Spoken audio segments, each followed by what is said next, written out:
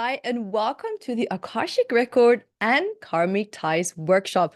I am so excited about this workshop. This has been something that I've been anticipating to teach for quite some time, and now is the time. We're going to be diving into so many fun ideas and concepts in this powerful, jam-packed workshop. You're going to walk away with learning to know and understand your karmic ties, your soul contract, life purpose, and so many other challenges that you might have felt were challenges, but sometimes it takes a different interpretation to completely change our understanding, perception, and mindset around something that we thought was a perceived problem. So this workshop is going to be quite profound. They're going to be diving deep into what different concepts mean. What is the Akashic Records? What is a soul contract? What is soul family? All these different aspects. We're going to put a magnifying glass on it. So let's just briefly start off by looking at what is a soul contract. Now, this is essentially an agreement that is made by our soul prior to entering this world. And this is also where we look at different and specific lessons, encounters, experiences, life experiences, if that's what we want to call it, that we are meant to navigate through.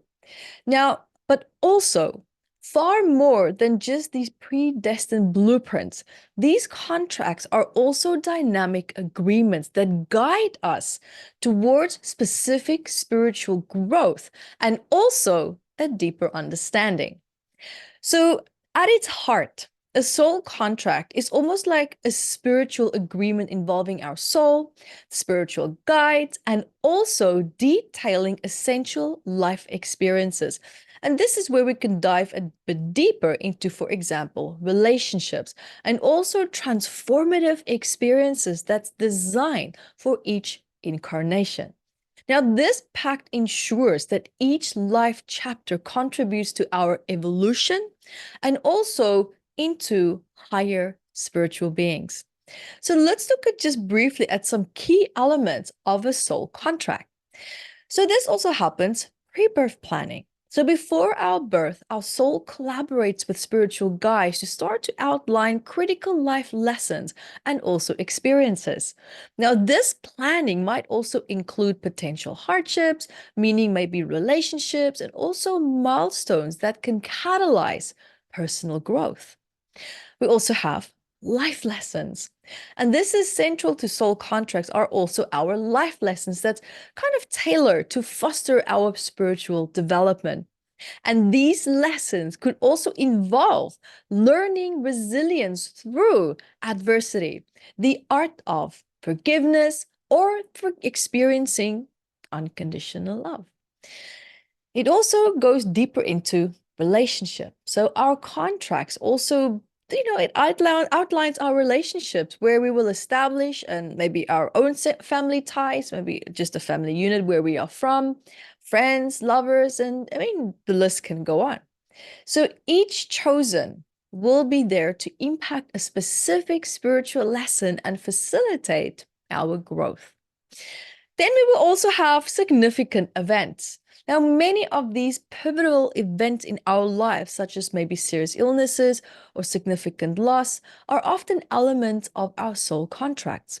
Now, these events serve as catalysts for growth and are also integral to fulfilling our soul's objectives. We also then have the role of free will. Now, while soul contracts outline specific experiences and relationships, free will also remains a very potent force in how we navigate these preordained paths.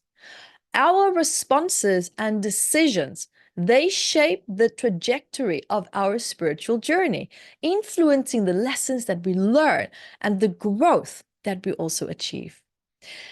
And the transformative power of relationships during these contracts and processes that we have, they play a very big role in the soul contracts because they serve as also often, not always, but often as mirrors that reflect our deepest needs, our fears, and also our desires. Each relationship, whether it's challenging or whether it is supportive, is purposefully designed to help push us towards greater empathy, love, and also understanding. Then also navigating life with our soul contracts perspective can can be a little bit challenging sometimes. But recognizing our life experiences and also challenges as components of a broader spiritual plan, it really truly can transform how we perceive and react to them. And this understanding can also help us to approach life's difficulties with grace and also acceptance, viewing them as opportunities for profound growth.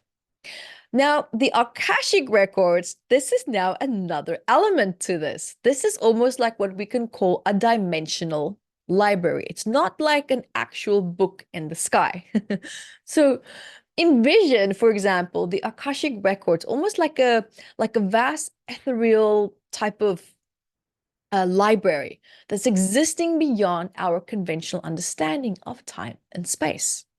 Now, this dimension serves as almost like a memory pocket archive for every soul's journey, documenting the past, present, and also future, and experiences also across multiple lifetimes. So it helps with structure and accessibility because this is linked to books, figurative speech, books where each soul's experiences are recorded. And the most immediate life contracts are normally easily accessible, providing the souls and also their guides a chance to review past lessons and also plan future incarnations. When we look at the soul's contract now within the Akashic records, because these records also contain like detailed pre-birth agreements that outline karmic debts, lessons, and the specific life circumstances that each soul will encounter. And these agreements are beautifully crafted also with the assistance of the soul's family, meaning our soul family and our spiritual guides and also our council guides, ensuring alignment with each soul's evolutionary path. Then, of course, we also always have to keep in mind safety and integrity because the Akashic records are safeguarded with very high vibrational dimensions, protecting them from lower vibrational entities and also ensuring that the sacred knowledge of the soul's journey is preserved and also respected. So when we look also at choosing our physical existence, right? So the decision regarding the body that we inhabit is also a significant aspect of our soul's contract. And this choice also involves selecting a genetic lineage and also physical form that best suits the lesson and also the experiences that our soul needs to undergo in our upcoming life. Then we also have DNA karma. And our choice of body also incorporates potential karmic debts and attributes that's inherited through our genetic lineage, which our soul agrees to explore and resolve. Then, of course, we also have opportunities, also often through limitations on our path as well, because choosing a body with maybe specific limitations can be quite a strategic decision by the soul to expedite its evolution, using challenges as a catalyst for spiritual growth and also empathy. Then we have navigating the parental relationships through soul contracts as well, because these relationships that we form with our parents are often predetermined by our soul's contracts, chosen for their potential to teach us specific lessons that's necessary for our journey. Because we will be looking at, for example, you have diverse parental roles. So sometimes forming from nurturing to challenging. And the variety of parental relationships is designed to teach us resilience. Resilience, independence, and self-reliance, each aligning us with our soul's needs. And then also, apart from parents, it's also about understanding the karmic influence of our birth country. Because the country of our birth is not chosen at random, but it's actually an integral part of our soul's contract. And each country has its own karmic blueprint, which aligns with the collective destiny and challenges faced by its inhabitants, including the soul that's born there. Then also we have our spiritual contributions, because each after leaving our birth country, we actually remain energetically connected to it, contributing to and being influenced by its collective karma. Last but not least, we also have the significance of our date of birth. So the date of our birth holds a significant astrological and energetic implications as well. And these celestial alignments at the time of our birth throughout our lifetime continues to influence how we think, feel, and react. And also they play quite a big role in the challenges that we chose to have in our lifetime. Now, I really look forward to this workshop. This is going to be really, truly a lot of fun, to be quite frank. It's going to be fun to dive into our life, our history, the numbers, and also exploring and understanding and seeing why are certain things playing out the way that they are.